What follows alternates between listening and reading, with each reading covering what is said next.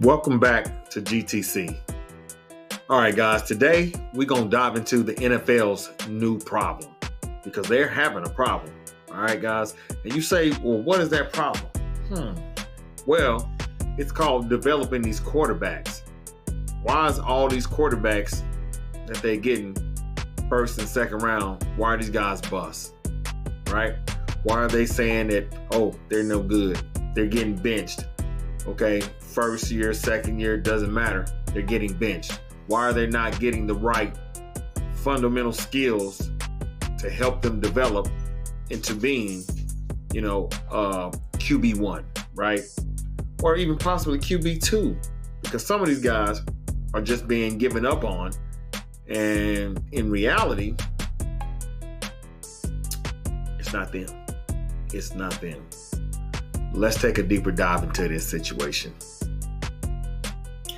So this is what I mean when I say it's not the quarterbacks, right?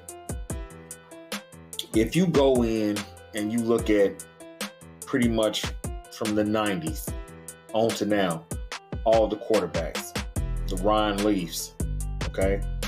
The Jamarcus Russells, okay? We can keep going on and on and on about how these quarterbacks have been bust. Tim Couch. I mean, we could just keep going, guys. So what I'm going to point out to you is that this right here. If you really take a deep dive, right, and you really process what I'm saying to you, look at all the successful quarterbacks that we have or that we had in the league. Look at them. What are the things that they had in common? The successful quarterbacks. Really think about it. What are the things that they had in common? This goes all the way back to Joe Montana, Steve Young, Drew Bledsoe, Tom Brady, Brett Favre, Aaron Rodgers, Alex Smith, Patrick Mahomes. Do y'all see the pattern here? Tell me y'all see the pattern here, okay? So what I'm trying to point out to you is, guys, there are those anomalies, right? Where you get a first round pick and he comes out and he's blazing, okay? Jaden Daniels, okay? Jaden Daniels. CJ Stroud. Let's be real. You get some that are those anomalies, and it happens. But I can explain to you those anomalies as well, okay? So, like I said, if you look at the successful quarterbacks in the league, right? Those guys have had their QB1 where they were able to learn from QB1, right? Get an understanding of the offense and how it's ran and what's expected of them to be QB1 and the signal caller, okay? Those are the things that if you look back and you look at all the quarterbacks that I named, the successful ones, that's what they got. Those are the things, they had tools, okay? And if you look at some of these recent quarterbacks who teams are calling bust, okay? And you see that they don't have these tools. Okay, they don't have that luxury. All right. So how do you get around that when you don't have the luxury of that, right? Well, it's simple. It's really simple. All right. And Andy did this with Pat. Okay. Same thing DeMeco Ryans did with CJ Stroud. The same thing that Dan Quinn is doing with Jaden Daniels. All right, guys. It's really simple.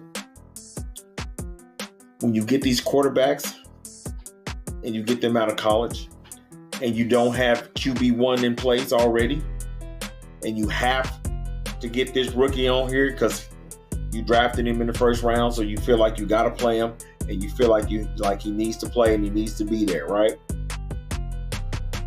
There's really a simple solution.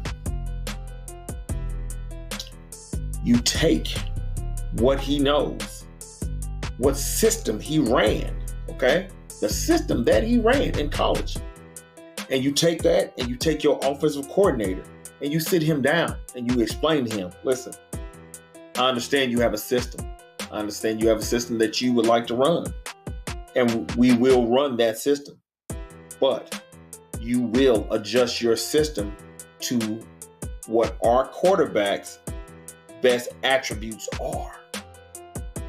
Because when you do that, right, you automatically put that quarterback in a familiar situation, right? And what do they say about muscle? Muscle has memory. What's the biggest muscle we got? All right. So I'm just telling you guys, muscle has memory. When you put them back in those situations, they understand what's happening.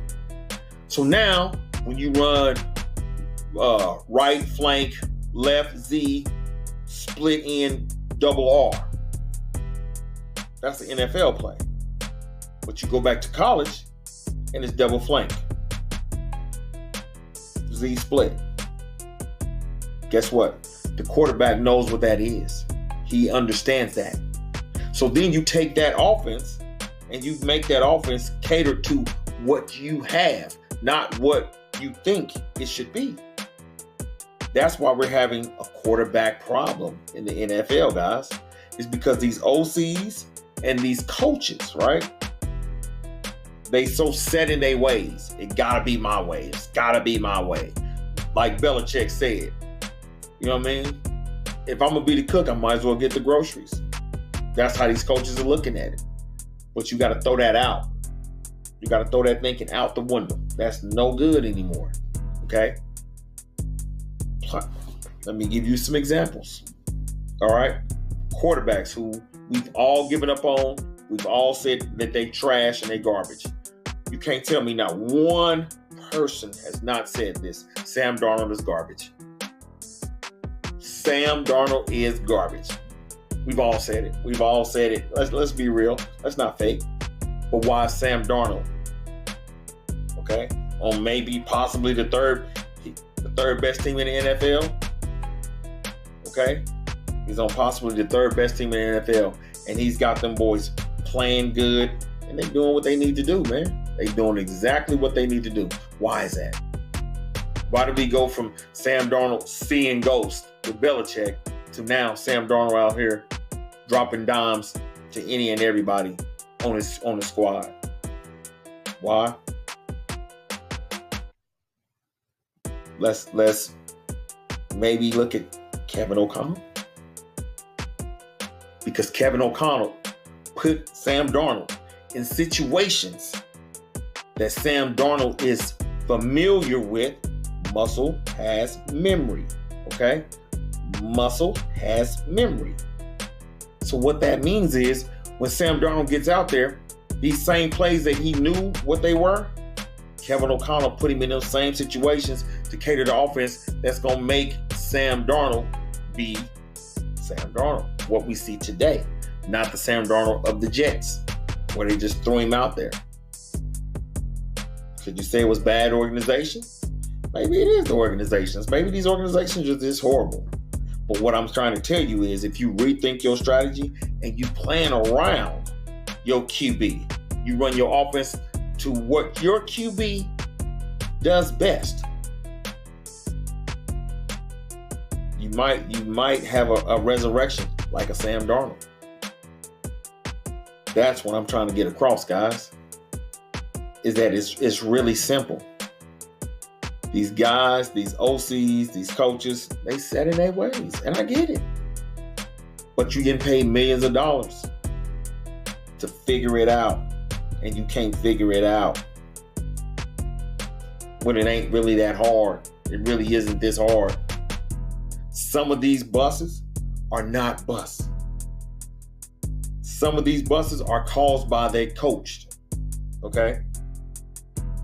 Canales. I'm not saying he's a bad coach, but I ain't saying Bryce Young is Patrick Mahomes. I'm not saying he's CJ Stroud. I'm not even saying he's Jaden Daniels, guys. But what I am saying is I don't believe he's a bust. I believe if they was to set him up with an offense that he understands how to run, and you slowly, gradually integrate more and more of your offense into the situation as he starts to get familiar with it, watch what would happen. That's what I'm saying. And we are too quick to just, man, he sucks. He's a bust. You know what I mean? We so quick to say it, like everybody. I mean, we got a situation right now that's going on. Anthony Richardson. They benching him. Well, how about we run plays that suits Anthony Richardson? Okay? How about we run plays that suits Anthony Richardson? All right? Anthony Richardson is a Lamar Jackson type of a quarterback. They want him to drop back and be a pocket passer. That's not what he does. Stop asking him to do something he's not good at or he's not proficient at right now. Give him something that he can be proficient at right now to succeed. But instead, we bench him. We say he's a bust. Bryce Young, we bench him. We say he's a bust. But like I said, if you look at the teams who catered to their quarterback and what they do best, look at those teams who's done that. Jaden Daniels, Commanders, the Texans, CJ Stroud, even the Bears, Caleb Williams. You seen earlier in the year, they were trying to force him to be this pocket passer. Then they went back in and said, hey, how about we take Caleb Williams, run something similar to what USC was doing with him so he understands what's going on, and then we just implement things gradually till he gets that memory, because muscle has memory. Okay? Just saying, guys. Let me know what y'all think, guys. Like, comment, subscribe, share.